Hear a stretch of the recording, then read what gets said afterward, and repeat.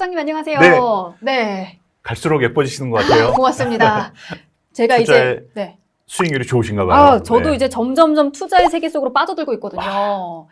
제가 이제 주식도 해봤잖아요. 네. 그래서 더 알다 보니까 펀드도 하고 싶어져가지고 펀드까지 하셨어요? 펀드도 가입을 했습니다. 와, 승승장구하시겠네요. 네. 네. 근데 문제는 이름이 너무 길어요. 좀 이해하기가 힘들거든요. 맞아요, 왜 이렇게 맞아요. 긴 걸까요? 그러니까 여러 가지 뜻을 네. 다 넣다 보니까 좀 길어질 수밖에 없는 상황도 좀 이해를 해주셔야 되는데 네. 그 대신 이 펀드 이름만 정확하게 해석을 하면 이 펀드의 성격이라든지 특징이라든지 주의할 점 이런 것들을 한꺼번에 알 수 있는 이런 기회가 되기도 합니다. 네. 그러면은 그 이름들을 좀 뜯어보면 좋을 것 그렇죠, 같아요. 그렇죠. 이름 뜯어서 분석해보면 네. 모든 것이 다 담겨져 있습니다. 네. 제가 그래서 펀드 종류들을 쭉 보다 보니까 네. 맨 앞에 그 회사 이름이 붙어 있는 것들이 있더라고요. 맞아요. 이건 뭘까요? 그러면요, 이건 아주 중요한 차이가 있는데요. 네. 펀드를 가입한 곳, 정확하게 표현하면 펀드 판매 회사 이름일까요? 아니면 펀드를 운용하는 운용사의 이름일까요? 요거 두 개가 항상 헷갈립니다. 파는 곳? 땡입니다. 그럼 운용사? 맞습니다. 그래서 사실 헷갈릴 수밖에 없는 네. 게 대부분의 지금 금융회사들이 판매사도 가지고 있고 운용사도 가지고 있다 보니까 뭐 A 증권도 있고 A 자산운용도 있고 B 증권도 있고 B 자산운용도 있고 네. 이런 경우가 너무 많아요. 헷갈려요. 그래서 딱 기억하실 것은 펀드는 어디에서 사느냐가 중요할까요? 어디서 굴리느냐가 중요할까요? 굴리는 게 중요할 것 그렇죠. 같아요. 그래서 펀드 이름 맨 앞에는 어디에서 이 펀드를 샀습니다. 어디에서 이 펀드를 팔았습니다가 아닌 네. 이 펀드는 여기에서 굴릴 겁니다. 라는 정보를 맨 앞에 딱 심어 놓은 거죠. 네. 그래서 그 앞에는 자산운용 회사의 이름이 들어가 있다. 라는 원칙이 있습니다.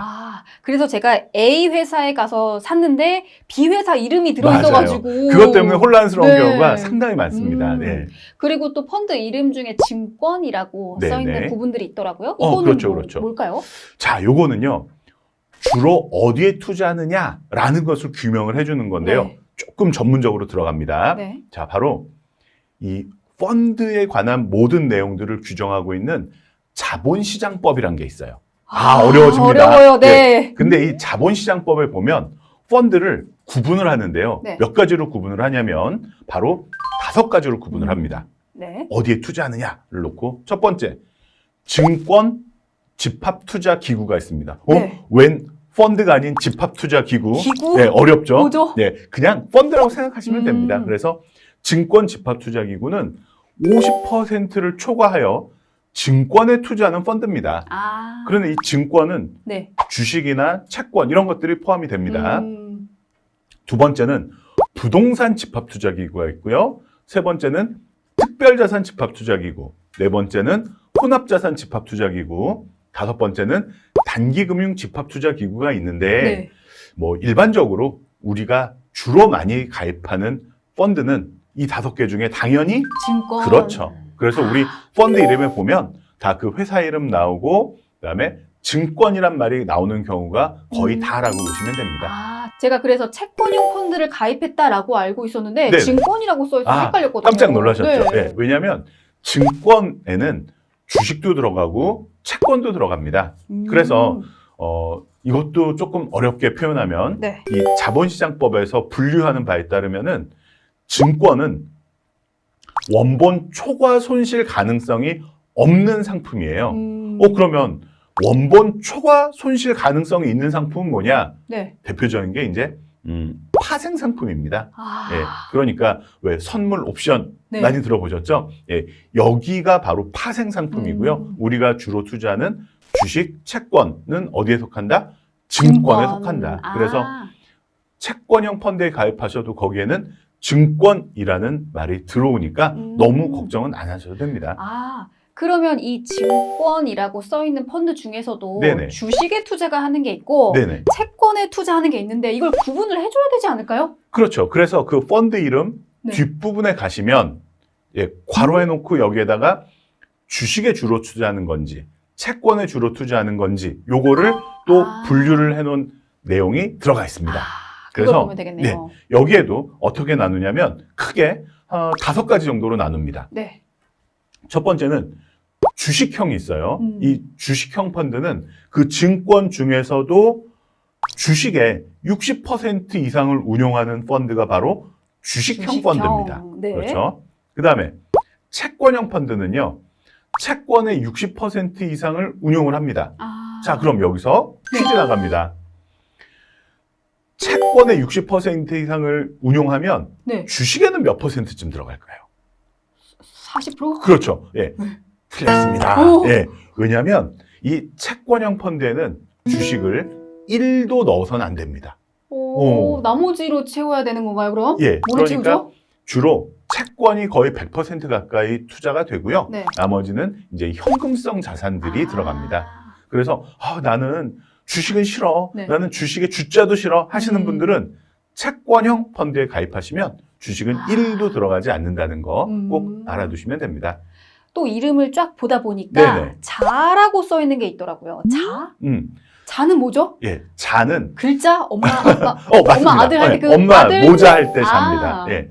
만약에 제가 고객들의 투자 성향에 맞춰서 뭐 주식의 100%, 채권의 0% 상품부터 주식의 0%, 채권의 100% 상품까지 11개의 쫙 상품을 만들고 싶은데 네.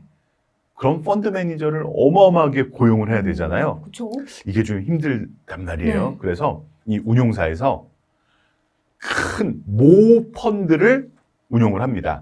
그래서 주식형 모 펀드 하나, 네. 뭐 예를 들면 채권형 모 펀드 하나 이렇게 두 개를 크게 운용을 하고 요거를 일종의 칵테일을 만든다?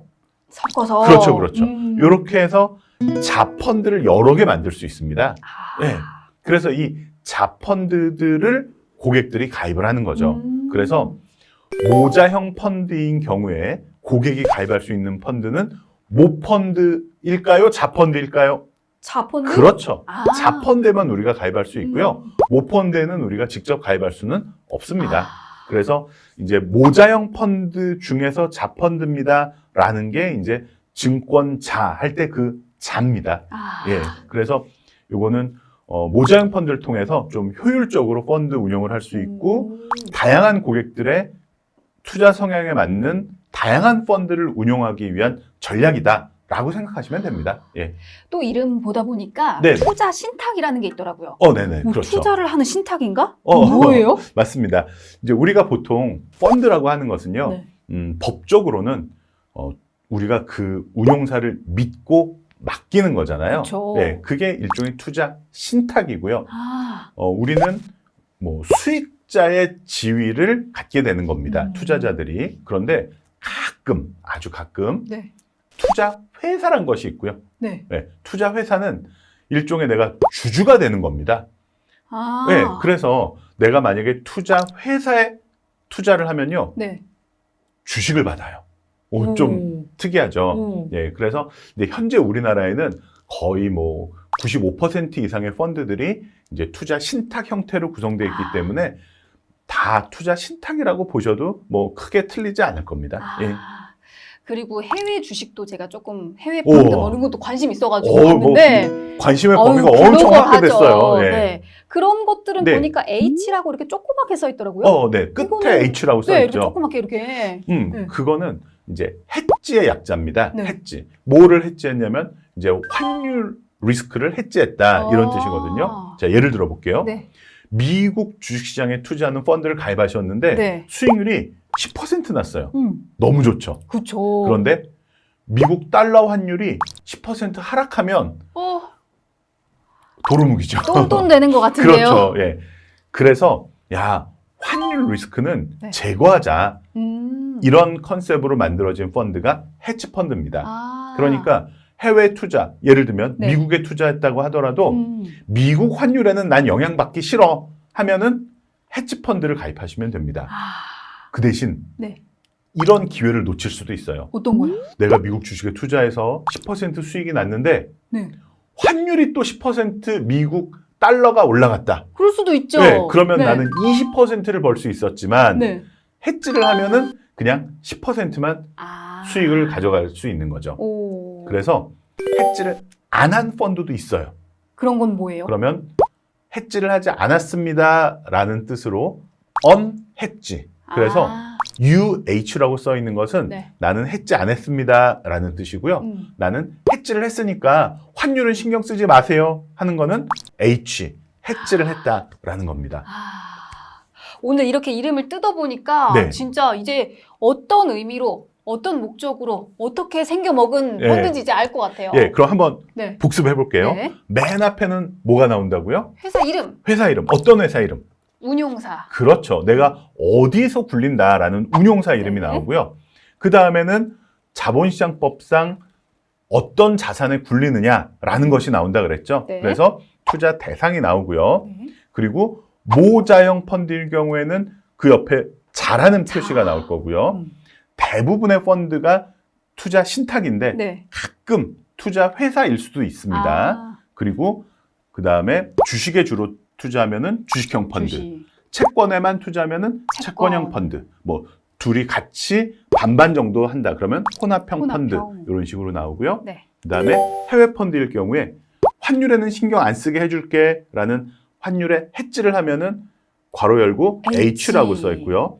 나는 환율에도 수익이 날 것 같아. 난 그 환율 리스크도 떠안을래 하면은 UH. 그렇죠. 언헤지 펀드. 이제 펀드의 고수가 되신 겁니다. 이제 알 것 네. 같아요. 이제 보여요. 이제 펀드 이름 놓고 친구들한테 그러니까. 하나하나 해석해 주면서 설명해 줄 수 있을 것 너 같아요. 이거 알고 있었어? 이렇게 한번 가르쳐 주시면은 아마 칭찬 받으실 겁니다. 그럼요. 이제 완전 펀드까지 딱 마스터한 것 같습니다. 네. 네, 오늘 너무 고맙습니다. 네. 펀드로도 성공하세요. 네, 성투하도록 하겠습니다. 예, 감사합니다.